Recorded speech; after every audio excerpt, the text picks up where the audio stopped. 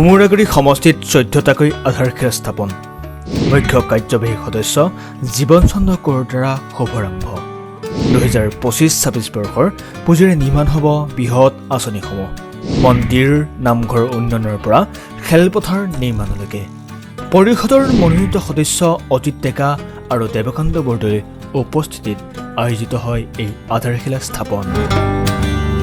মৰিগাঁও জিলাৰ ভোমোৰাগুৰি সমষ্টিত আজি এক উখল-মাখল পৰিৱেশৰ মাজত তিৱা সাহিত্য পৰিষদৰ কেইবাখনো উন্নয়নমূলক আঁচনিৰ শুভাৰম্ভ কৰা হয়। পৰিষদৰ 2025-26 বৰ্ষৰ পুঁজিৰে নিৰ্মাণ হ'বলগীয়া মুঠ 14টাকৈ প্ৰকল্পৰ আধাৰশিলা স্থাপন কৰে মুখ্য কাৰ্যবাহী সদস্য জীৱন চন্দ্ৰ কোঁৱৰে। সাংস্কৃতিক কেন্দ্ৰ নিৰ্মাণৰ পৰা আৰম্ভ কৰি খেলপথাৰ উন্নয়ন আৰু মন্দিৰ নামঘৰৰ নৱ নিৰ্মাণে সমষ্টিটোৰ শৈক্ষিক আৰু সামাজিক দিশত এক নতুন মাত্ৰা যোগ দিব। এই আধাৰশিলা স্থাপন কাৰ্যসূচীত উপস্থিত থাকি পৰিষদৰ মনোনীত সদস্য অজিত ডেকা আৰু দেৱকান্ত বৰদলৈয়ে ৰাইজক উন্নয়নৰ স্বাৰ্থত একগোট হ'বলৈ আহ্বান জনায়। প্ৰত্যেকটো প্ৰকল্পৰ বাবে 5 পৰা 10 লাখ টকা পৰ্যন্ত আবণ্টন দিয়া এই আঁচনিসমূহে সমগ্ৰ অঞ্চলটোৰ আন্তঃগাঁথনি টনকিয়াল কৰিব বুলি ৰাইজে আশা প্ৰকাশ কৰিছে।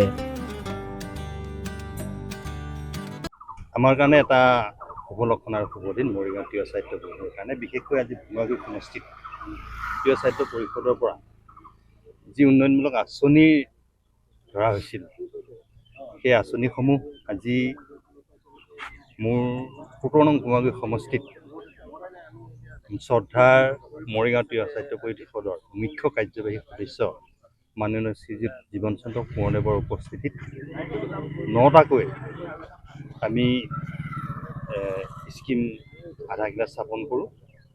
তাৰে বিশেষভাৱে আমি 4টা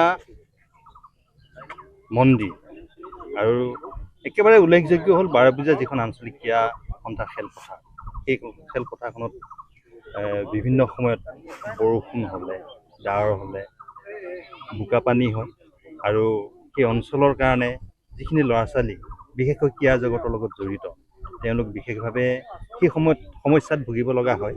সেইকাৰণে এই অঞ্চলৰ সুবিধাৰ কাৰণে আৰু এই অঞ্চলৰ সমূহ ৰাইজৰ বিপুল দাবী আৰু আশা আকাংক্ষাক পূৰাবলৈ আমি মৰিগাঁও তিৱা সাহিত্য পৰিষদৰ তৰফৰ পৰা 17 নং ভোমোৰাগুৰি সমষ্টিৰ সদস্যৰ জৰিয়তে আমি 10 লাখ টকাৰ এটা অনুদান আগবঢ়াইছোঁ, যাতে এই অঞ্চলৰ বিভিন্ন ক্ৰীড়া জগতৰ লগত জড়িত বিভিন্নজন ব্যক্তি, বিভিন্নজন ল'ৰা ছোৱালী, বিভিন্নজন ছাত্ৰ ছাত্ৰী যাতে ভৱিষ্যত নিজৰ জীৱনটো গঢ়িব পাৰে তাৰ বাবে আমি আশা ৰাখিছোঁ।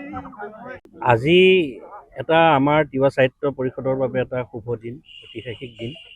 আমি 2025-26 বৰ্ষৰ আমন্ত্ৰিত পুঁজিৰে আজি ভোমোৰাগুৰি সমষ্টিৰ বিভিন্ন অঞ্চলত আমি বহুকেইটা অনুষ্ঠান আমাৰ শ্ৰদ্ধাৰ তিৱা সাহিত্য পৰিষদৰ মুখ্য কাৰ্যবাহী সদস্য, আমাৰ কাৰ্যবাহী সদস্য কনকজ্যোতি মৰ্চং ডাঙৰীয়া, আমাৰ ভোমোৰাগুৰি সমষ্টিৰ সদস্য দেৱ বৰদলৈ ডাঙৰীয়া আৰু মই নিজেও উপস্থিত থাকি আমাৰ তিৱা সাহিত্য পৰিষদৰ মুখ্য কাৰ্যবাহী সদস্যই আধাৰশিলা স্থাপন কৰে। প্ৰথমে আমি চৰিত্ৰবৰী সন্ত আশ্ৰমৰ এটা 10 লাখ টকীয়াৰে এটা সুন্দৰভাৱে এখন বাৰাণ্ডা আৰু তাৰ আন্তঃগাঁথনি আধাৰশিলা স্থাপন কৰা হয়। তাৰপিছতেই হেকুদাম্বৰী নামঘৰৰ চাৰিবেৰ নিৰ্মাণৰ কাৰণে 10 লাখ টকাৰ তাতে এটা আঁচনি কৰা হয়। তাৰপিছত আহি আমাৰ ৱাবৰী সাৰ্বজনীন ৰাস মন্দিৰৰ যি মঞ্চৰ গেট, সেই গেটখনৰ কাৰণে 10 লাখ টকা আমন্ত্ৰিত হৈছে আৰু সেই 10 লাখ টকাৰো আজি আধাৰশিলা স্থাপন কৰা হয়। তাৰপিছতে মিকিৰভেটা গড়মাৰী যি মছজিদ আছে, সেই মছজিদৰ চাৰিবেৰ নিৰ্মাণৰ কাৰণে তাকো 10 লাখ টকা ধৰা হয়। তাৰপিছতে আমি চৰাইবাহী আহিলোঁ। চৰাইবাহী আমাৰ যি মেধিগাঁৱত আমাৰ নামঘৰৰ উন্নয়নৰ কাৰণে তাতো আধাৰশিলা স্থাপন কৰা হয়।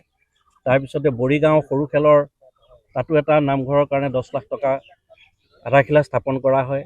তাৰপিছতে আমি আহিলোঁ চন্দ্ৰপুৰ মেইন বজাৰত, তাতো এটা শিৱ মন্দিৰৰ আন্তঃগাঁথনিৰ কাৰণে 5 লাখ টকা তাত আবণ্টিত হৈছে। সেই 5 লাখ টকাৰো আমি আধাৰশিলা স্থাপন কৰোঁ।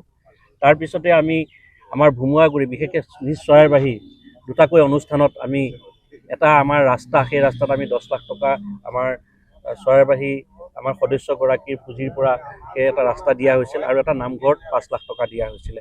আৰু আমি আহি এতিয়া আমাৰ বিশেষকৈ 12 বজীয়া বৃহত্তৰ অঞ্চলৰ যি আমাৰ শাৰীৰিক মানসিক উৎকৰ্ষ সাধন হোৱাৰ যি খেলপথাৰ, এই খেলপথাৰত আমাৰ তিৱা সাহিত্য পৰিষদৰ এই সমষ্টিৰ সদস্য শ্ৰদ্ধাৰ দেৱ বৰদলৈ ডাঙৰীয়াৰ উন্নয়ন পুঁজিৰ পৰা 10 লাখ টকাৰে মাটি পূৰণৰ কাম দিছে। আমি আশা ৰাখিছোঁ এই মাটি পূৰণৰ কাম শুভাৰম্ভ হোৱাৰ পিছত যি উন্নয়ন হ'ব, এই উন্নয়নত বৃহত্তৰ 12 বজীয়া অঞ্চলৰ যিসকলে খেল জগতৰ লগত জড়িত উঠি অহা প্ৰজন্ম নিশ্চয় শাৰীৰিক মানসিক উৎকৰ্ষ সাধন কৰাত সুবিধা হ'ব। তেওঁলোকৰ যি অসুবিধা আছিল, বিশেষকৈ মানে আৰ্ট ফিলিং নোহোৱাৰ কাৰণে ইয়াত পানীৰ সমস্যা হয়, বৰষুণ হ'লে পানীৰ ইয়াতে জমা হয়, গতিকে অসুবিধা হয়। ইতিমধ্যে আমি এই ষ্টেডিয়ামৰ বা খেলপথাৰৰ আমাৰ পৰিচালনা সমিতিৰ পৰা গম পাইছোঁ যে এই অঞ্চলৰ পৰা বিশেষকৈ অসম আৰক্ষীত বা প্ৰশাসনীয় বিভাগত আমাৰ বিভিন্ন সময়ত বিভিন্ন ল'ৰা ছোৱালীয়ে ইয়াত তেখেতসকলে মকৰল হ'বৰ কাৰণে বা চাকৰিত তেওঁলোকে যাবৰ কাৰণে, চাকৰি পাবৰ কাৰণে সক্ষম হৈছে। তাৰ কাৰণে কিন্তু অনুশীলনৰ কাৰণে এই ষ্টেডিয়ামতে তেওঁলোকে ব্যৱহাৰ কৰে। গতিকে এই অনুষ্ঠানত যিহেতু এই অনুষ্ঠানৰ পৰাই তেওঁলোকৰ নিজৰ সমাজখনক, নিজৰ জীৱনটোক বা নিজৰ পৰিয়ালটোক এটা সুন্দৰ অৱস্থালৈ নিব পাৰিছে। গতিকে এই ষ্টেডিয়ামখন সুন্দৰভাৱে হোৱাটোত নিশ্চয় আমি সকলোৱে কামনা কৰোঁ আৰু আজিৰ পৰা নিশ্চয় আমি আশা ৰাখিছোঁ ইয়াৰ জৰিয়তে বৃহত্তৰ 12 বজীয়া অঞ্চলটো উঠি অহা প্ৰজন্ম নিশ্চয় উপকৃত হ'ব। কিবা এটা তিৱা সাহিত্য পৰিষদৰ অন্তৰ্গত ভুমুৱাগুৰি সমষ্টিত 2025 আৰু 26 বিত্তীয় বৰ্ষৰ অনুমোদিত আঁচনি এই সমষ্টিত ৰাইজৰ আবেদন মৰ্মে যিবিলাক আমি অনুমোদন জনাইছিলোঁ আৰু ইয়াত প্ৰায় 14টা আঁচনি তিৱা সাহিত্য পৰিষদৰ মুখ্য কাৰ্যবাহী সদস্য সন্মানীয় জীৱন চন্দ্ৰ কোঁৱৰ ডাঙৰীয়া দেৱে আধাৰশিলা স্থাপন কৰে আৰু আধাৰশিলা স্থাপন কৰাৰ লগতে যিসকল নিৰ্মাণকাৰী বা যিসকলে কাম পাইছে সেইসকলক অহাকালিৰ পৰা কাম আৰম্ভ কৰিবৰ কাৰণে নিৰ্দেশনা প্ৰেৰণ কৰিছে।